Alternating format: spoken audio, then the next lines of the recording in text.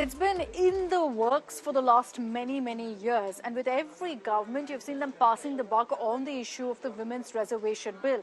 Today, history has been made because you've had a bill on Nari Shakti finally being tabled in Parliament, which calls for 33% reservation in Lok Sabha.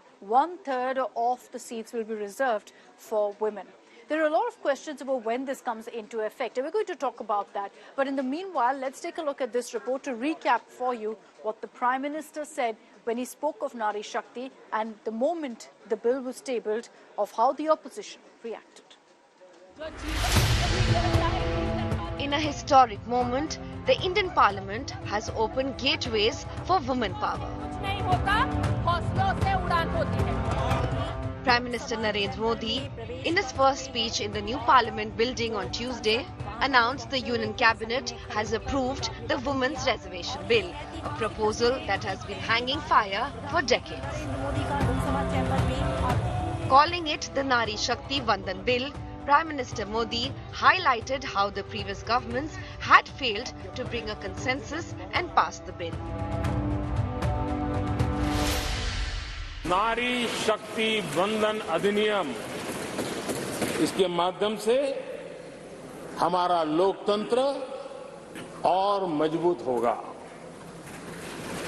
मैं देश की माताओं, बहनों, बेटियों को नारी शक्ति वंदन अधिनियम के लिए बहुत बहुत बधाई दूंगा। The Women's Reservation Bill was tabled by Union Law Minister Arjun Meghwal in the Lok Sabha. ये असमानता दूर करने का काम अगर किसी ने किया है तो प्रधानमंत्री नरेंद्र मोदी जी ने किया है। इसलिए ये महिलाओं को सशक्तिकरण भी करेगा और महिलाओं का उत्थान भी करेगा और ये दिशा भी देगा। इसलिए मैं इसकी अनुमति चाहता हूं आपसे। The bill proposes 33% reservation for women in Lok Sabha and state assemblies. It will also accommodate SC and ST seats, but there will be no reservation in Rajya Sabha and legislative councils. A furious war of words erupted in the Lok Sabha after Congress leader Adhir Ranjan Chaudhary claimed that the women's quota bill was the same as the one introduced by the Congress. महिला आरक्षण 1989 में जब राजीव जी प्रधानमंत्री थे तब स्थानीय निकायों के चुनाव में उन्होंने 1/3 आरक्षण महिलाओं के लिए सुनिश्चित किया था। तत्पश्चात कांग्रेस की सरकारों ने लगातार प्रयास किया कि महिला आरक्षण का बिल पास हो, कानून बने। लोकसभा एवं विधानसभाओं के लिए भी 1/3 आरक्षण के लिए डॉक्टर मनमोहन सिंह की सरकार के वक्त जो ये बिल आया वो आज तक जीवित है, आज तक जीवित है। माननीय अधीर रंजन जी ने जो कहा वो फैक्चुअली इनकरेक्ट है कि पुराना बिल अभी भी जीवित है। मेरी स्पष्ट जानकारी है कि पुराना बिल लैप्स कर गया है। अधीर रंजन जी ने जो कहा है उसके समर्थन में उनके पास कोई डॉक्यूमेंट है तो टेबल पर रखने चाहिए। एक, या तो उन्होंने स्टेटमेंट विड्रॉ करना चाहिए। दूसरा, उन्होंने कहा कि इस बिल को लोकसभा ने भी कभी पारित किया था राजीव गांधी जी के समय में, कभी नहीं हुआ है। माननीय अध्यक्ष जी, लोकसभा में जो बिल पारित होता है अगर राज्यसभा उसको पारित नहीं करती है और लोकसभा का कार्यकाल समाप्त होता है तो वो बिल अपने आप लैप्स हो जाता है। मैं मानता हूं कि इस चीज को स्पष्टता करनी चाहिए और माननीय अध्यक्ष जी, अगर उनके पास अलग जानकारी है तो सदन के टेबल पर रखनी चाहिए। The government is pushing for the passage of the bill in the special session as the debate will kick off tomorrow in the Lok Sabha. Bureau Report, India Today. So the Women's Reservation Bill has been tabled. Tomorrow is when the discussion, the debate will take place in the Lok Sabha. And the information we're getting right now is that there's going to be a 7-hour discussion just on the Women's Reservation Bill. It will start at 11 a.m. tomorrow and go right up till 6 in the evening. That is the entire time that's been allotted for every member of parliament in the Lok Sabha, for at least every party. representative to have a chance to speak in the lower house. There's going to be a detailed discussion on the women quota bill. And while you'll expect that more or less there will be consensus, the opposition has already raised questions about some of the clauses, particularly with regards to when the women's reservation actually comes into effect. So they're going to be raising that come tomorrow in the Lok Sabha as well. Maushmi Singh is joining us live with more details on this. Maushmi, good evening. 7-hour discussion in the Lok Sabha slated to happen. You know, largely every political party in the last few days has been calling for the women's reservation bill to be brought in, saying we'll back it. But now there are several contentions coming to the fore, particularly about the implementation of women's reservation, because as per the opposition, this bill will ensure that women's reservation comes into effect only post-2026.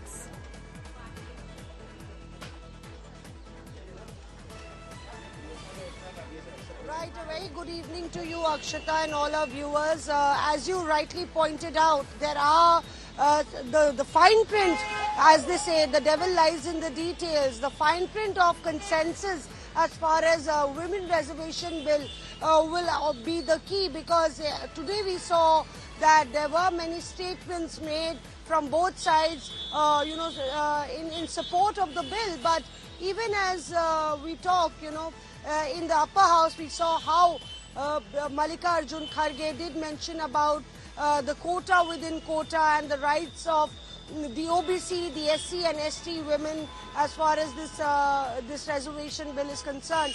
On the other hand, you had Aam Aadmi Party and other opposition parties pointing out to the timeline of it all, as you mentioned that it would only come into effect after the delimitation exercise, and that would mean we are looking at the 2029 Lok Sabha elections. So the opposition says that this is a lot of noise created for the women's rights, but it's an eyewash. So clearly, the opposition does realize that this could be a game changer for the BJP, Akshita.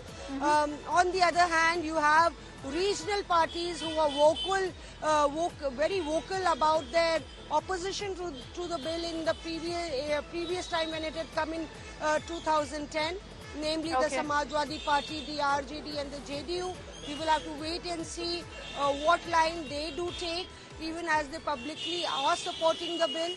And even as we talk, the UPA, the bill that the UPA got, the opposition is saying that bill is still active, while the government says that bill is lapsed and a completely new bill has been brought.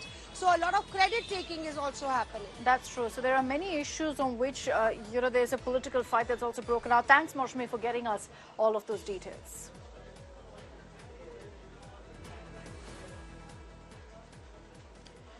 Now, there are a lot of questions right now doing the rounds about the women's reservation bill, and we kind of wanted to clear the air for you on all the details that are available about what this bill really does for women empowerment. Let's start with how much reservation will be given based on this bill.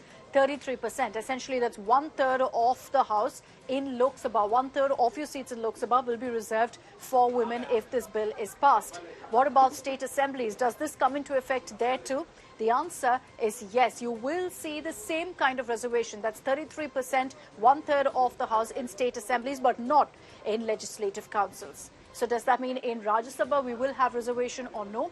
Well, the Rajya Sabha will not have any quota for women. This bill is only for the Lok Sabha and for state assemblies. Now, let's also talk about what this bill does and how it can perhaps be passed. How will it be passed in the parliament? This is, remember, a constitutional amendment bill, so it's a little different from other legislations. In this case, you'll need 2/3 of the House to be present and to vote in favor of the bill for it to pass scrutiny of parliament. Now, besides that, I know, considering that this is happening in state assemblies, if you're wondering whether this has to now go to assemblies as well for voting, the answer is yes. Again, in the case of a constitutional amendment bill, state assemblies will also discuss and debate in great detail on this particular bill, on the women's reservation bill, and 50% of the states have to be on board. Only then can it actually be approved. So you can make out that this is going to be a long process also going forward.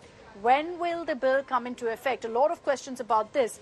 It doesn't look like it's going to happen immediately. There's no question of it in this upcoming state election or in 2024. This will be post-delimitation. The next delimitation exercise is, in fact, in 2027, which is why the opposition is saying that it's going to happen 2028 or even in the 2029 year only. Let's get you some political reactions also that's coming in right now. If you thought that this bill would see a smooth passage in Parliament, doesn't look like that will necessarily be the case.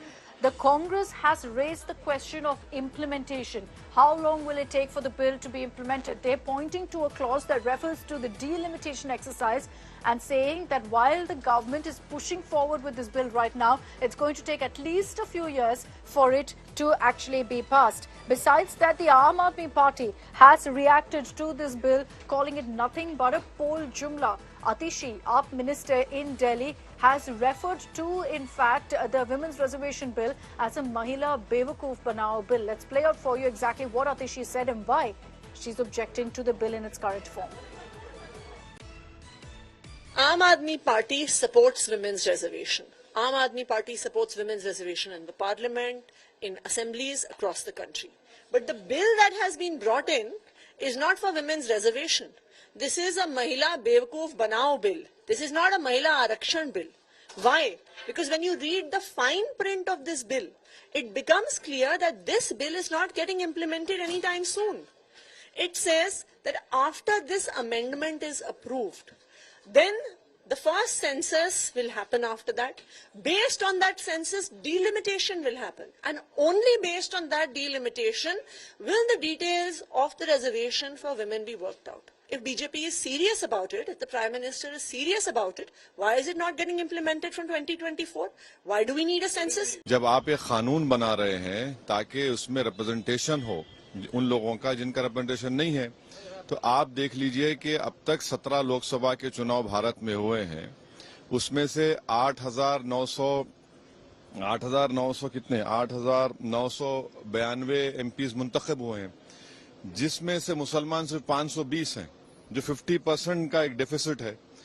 उस 520 में मेरे ख्याल से मुट्ठी भर मुस्लिम खवातीन हैं। तो आप रिप्रेजेंटेशन कहाँ दे रहे हैं? किसको दे रहे हैं रिप्रेजेंटेशन? जिनका रिप्रेजेंटेशन या उनको रिप्रेजेंटेशन मिलना चाहिए ना। तो इस बिल में सबसे बड़ी खामी यह है कि इसमें ओबीसी महिलाओं को और मुस्लिम महिलाओं के लिए कोई कोटा नहीं रखा गया, इसलिए हम इस बिल के खिलाफ हैं। So those are, in fact, some of the reactions that's coming in from opposition leaders. There was a very interesting debate that broke out in Parliament earlier in the Rajya Sabha, when you had, in fact, the leader of opposition, Mr. Mallikarjun Kharge, also the Congress chief, questioning whether this reservation will actually do anything to empower women, because he made the argument that it is, according to him, what he refers to as weak women who will be brought in using this quota, who have no voice, to which Nirmala Sitharaman immediately stood up and objected to that comment. Let's play out for you that particular sequence. We respect the leader of the opposition, but to make a sweeping statement that all parties choose women who are not effective is absolutely unacceptable. I speak on behalf of all our women. We've all been empowered by our party, by our Prime Minister. Rashtrapati Draupadi Murmu ji is an empowered woman. Every MP of my party is an empowered woman. To make a sweeping statement, it might represent their party, although it had had women presidents for their party. In spite of that, they can't have women who are empowered. But I object to him making a sweeping generalization of all parties. Leader of the opposition, please. पिछड़ी हुए महिलाओं को, schedule caste महिलाओं को ऐसा मौका नहीं मिलता जैसा इनको मिल रहा है। ये हम बोल रहे हैं। तो इसीलिए once again, let her respond, please. Honorable Finance Minister. Draupadi Murmu ji kaun hai? I'm sorry, opposition leader cannot please insult people like this. Cannot draw differentiation between women.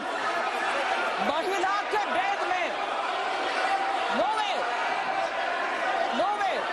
How can you draw difference between between one woman and another woman. We are asking for reservation for all women. Rashtrapati is a tribal woman. Please. Unacceptable. Please, take your seat. Take your seat. Take your seat. Take your seat. Take your seat. Please take your seat. Take your seat. 1 second, take your.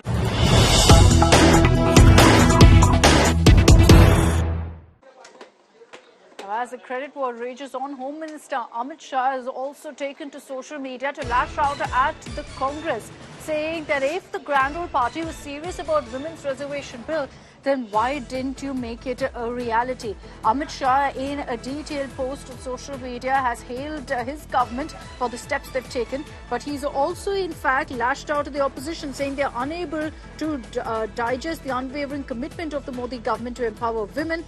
And except for tokenism, the Congress has never been serious about women's reservation. Amit Shah has gone on to say that either they let legislation's lapse or their friendly parties prevented the bill from being tabled. Their double standards will never be hidden, whatever stunts they try to take credit for. So Amit Shah now lashing out at the opposition, at the Congress, accusing them of intentionally having stalled the bill for the last many years.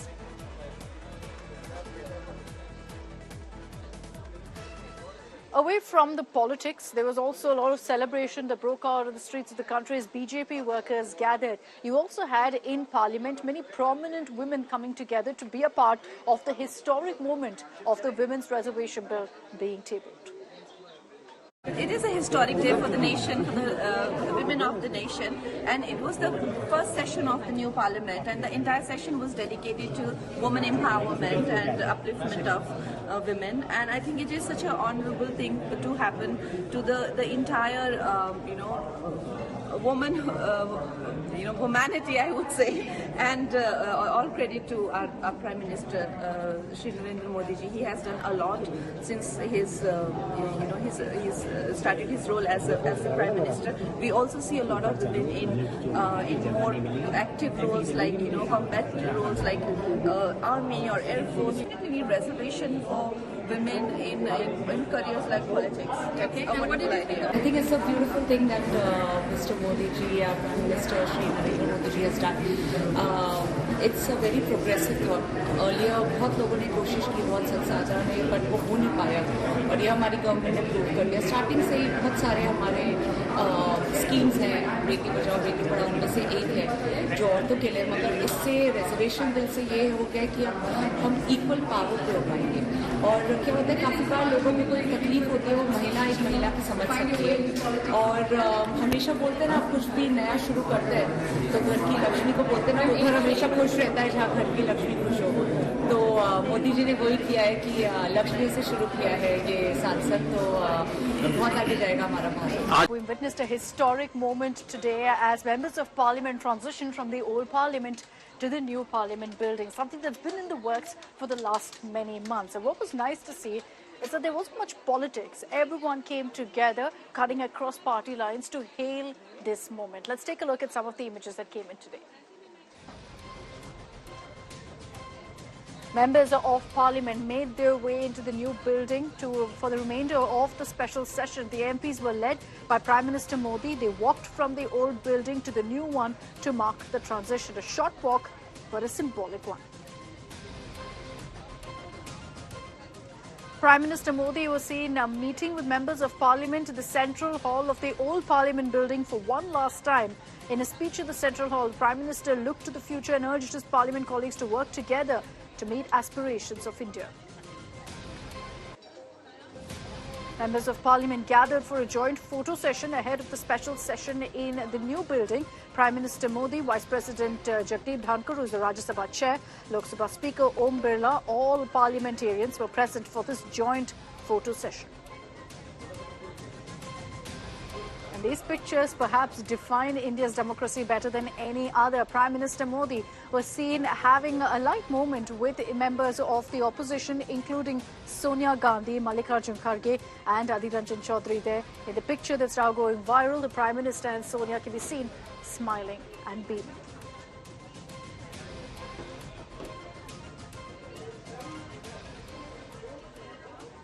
So a huge moment, not just for members of parliament, but for India, as we've shifted from the old parliament building to the new one. While earlier, during the unveiling, the inauguration, there was a lot of religious symbolism involved. Today, it was all about parliamentary traditions, as many of the members of parliament who chose to speak, who got the opportunity to speak, narrated some of their experiences and emotions while walking into the old parliament building, and thereby ensuring an emotional and fitting farewell.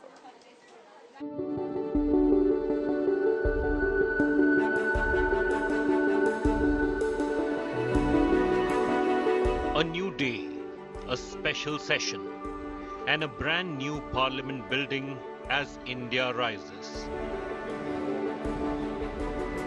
At the onset of the second day of the special session, it was time to bid adieu to old. It was the last session at the historic Central Hall. Today onwards, our two houses of the parliament shall have their sittings in the new Parliament House building.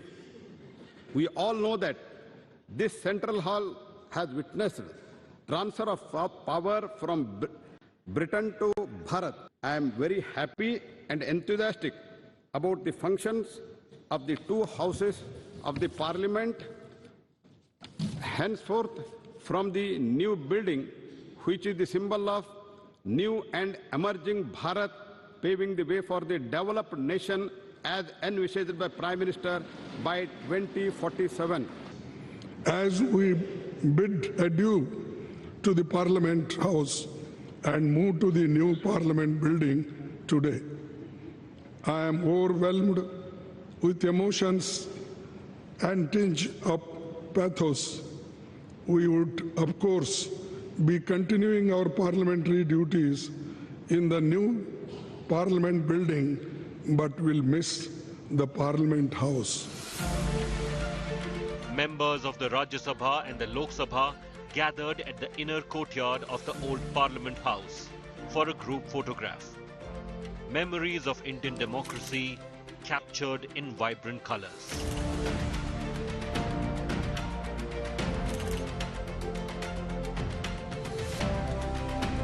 आज हम यहाँ विकसित भारत का संकल्प दोहराना, फिर एक बार संकल्पबद्ध होना और उसको परिपूर्ण करने के लिए जी जान से जुटने के इरादे से नए भवन की तरफ प्रस्थान कर रहे हैं. On this momentous occasion, as we stand on the threshold of adding a new chapter to the annals of our parliamentary democracy, I congratulate you all on our phenomenal rise.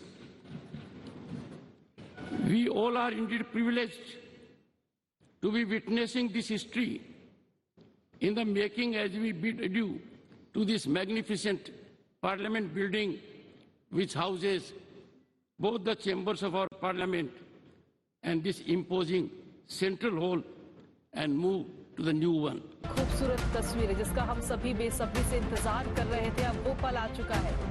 And they marched on to the new horizon, united, in harmony, each holding a brand new Indian constitution in hand. Together, the parliamentarians of India, that is Bharat, elected representatives of 1 billion countrymen, started the day in the new parliament. माननीय सदस्यगण, आज हमारे देश के लोकतांत्रिक इतिहास का एक अत्यंत महत्वपूर्ण दिन है, जब हम संसद के नए भवन में लोकसभा की पहली बैठक आरंभ कर रहे हैं. माननीय अर्जुन मेघवाल जी. धन्यवाद अध्यक्ष महोदय. The first work on table was the historic introduction of the 128th Constitution Amendment Bill in the Lok Sabha to provide for 1/3 reservation to women of India in the Lok Sabha and state assemblies. With that, Indian democracy scored its first in the new Parliament House. Bill को upload कर दिया गया है।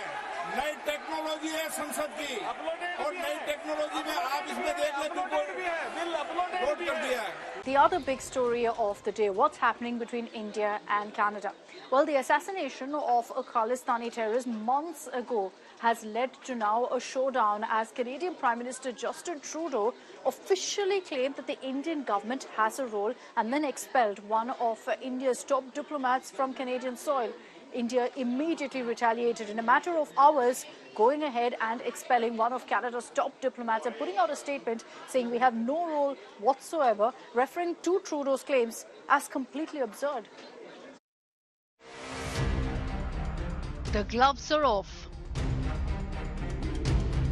Canadian Prime Minister Justin Trudeau on Monday announced in Parliament Indian agents could be behind the killing of Canadian citizen Hardeep Singh Nijjar, a Khalistani terrorist wanted in India.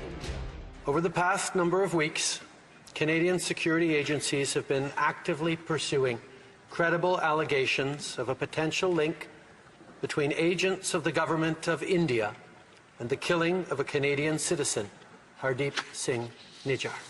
We've been clear. Canada has expelled an Indian diplomat over what it calls the involvement of a foreign government in its internal affairs.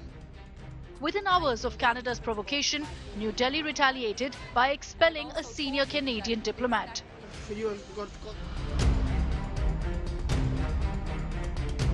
External Affairs Minister, sir, you meet the. You got the External Affairs Minister.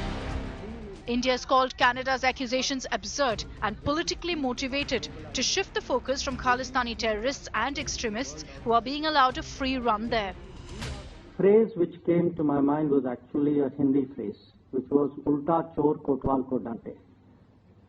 I mean, if anybody has a complaint, we have a complaint about Canada. You know, what I said earlier, the space that they're giving to Khalistanis and to violent extremists. So I was very perplexed by what I heard. Nijjar, whom India had declared a wanted terrorist, was gunned down on June 18th in Surrey.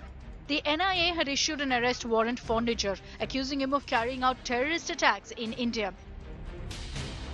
Prime Minister Narendra Modi had taken up the issue of Khalistani extremists getting a voice in Canada in his bilateral meeting with Prime Minister Trudeau in Delhi on the sidelines of G20. Trudeau claims he'd discussed Nijjar's killing with the Indian Prime Minister. Canada had recently suspended negotiations for a free trade agreement with India. With the latest accusations, the already sour diplomatic relations between the two countries have hit a new low. Bureau Report, India Today. So who is this Khalistani terrorist Nijjar that has led to the showdown between India and Canada? He's a wanted terrorist who India declared as someone we are after, that he was responsible for anti-India acts on Canadian soil. And yet you never had the Canadian administration taking this act, or for that matter any other anti-India act, seriously. It's led to this showdown now as Canada claims that the shooting of Nijjar was triggered by the Indian government. Hardeep Singh Nijjar. Originally from a village in Punjab's Jalandhar district, the 45-year-old, wanted by India in several terror cases, shot dead in the parking lot of a Gurudwara in Canada's Surrey. Gunned down by what investigators initially said were two masked men who fled the scene. A third suspected assailant added to the list later. The three believed to have used a silver 2008 Toyota Camry as their getaway vehicle. In 2022, the National Investigation Agency declared a 10 lakh rupees reward for information leading to Nijjar on charges of conspiring to murder a priest in Jalandhar.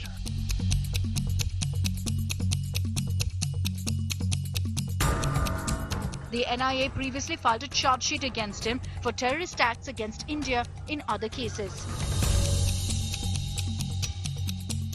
Nijjar, named as a member of the Khalistan Tiger Force, a designated terrorist group.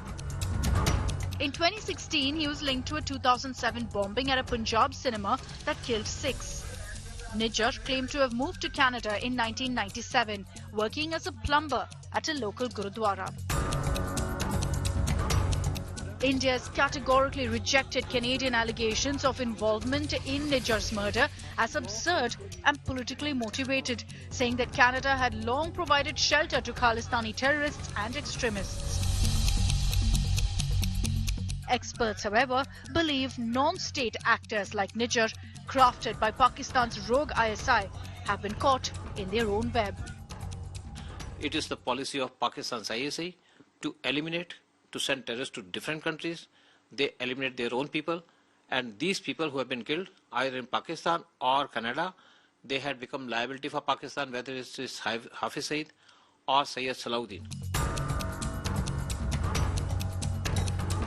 From Canada to Pakistan, the violent deaths of Khalistani elements could very well be the handiwork of the ISI that once nurtured them. If there is any person who is working for any agency, if he is unable to deliver, then he has to be sold out or killed.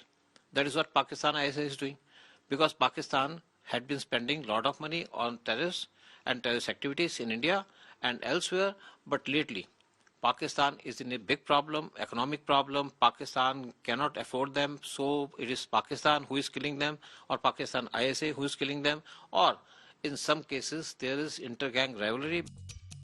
A house of terror built by Pakistan crumbled under its own weight. With Arvind Oja, Bureau Report, India Today.